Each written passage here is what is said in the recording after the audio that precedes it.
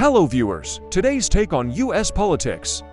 President Joe Biden continues to be plagued by approval ratings well below 50%.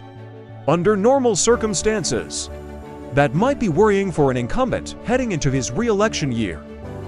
In other words, Biden may not be the most likable guy.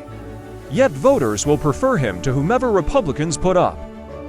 Right now, the likely Republican alternative to Biden in a hypothetical 2020 for general election matchup appears to be Donald Trump. The former president leads every GOP primary poll by a wide margin. Trump, like Biden, is quite unpopular. His favorability rating in our latest poll is 35% among registered voters. That's basically the same as Biden's 36% favorability rating among registered voters. Voters who like Trump favor him by more than 90 points over Biden, while those who like Biden favor him by more than 90 points over Trump.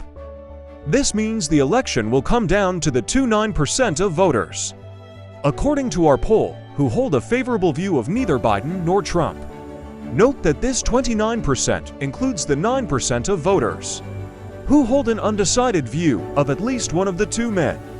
When we concentrate on the 20% who hold an unfavorable, if either of these large percentages, 20% or 29%, sounds familiar, it's because we had a similar dynamic in 2016, when nearly 20% of voters liked neither Democrat Hillary Clinton nor Trump.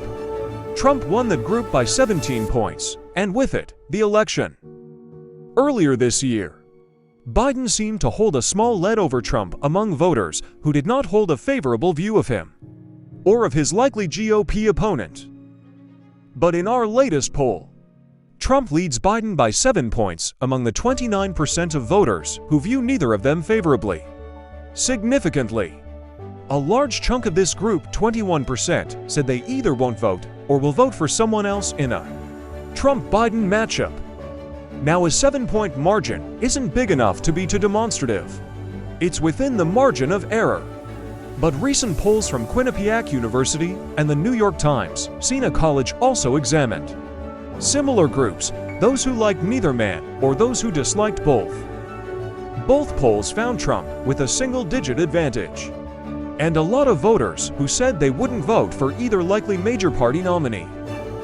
Putting it all together, there's a clear signal here. A lot of people who don't like Biden are judging him against the alternative, whom they also don't like, and deciding that the alternative doesn't sound as bad. Additionally, plenty of them are not willing to choose and say they'll go with Sumian.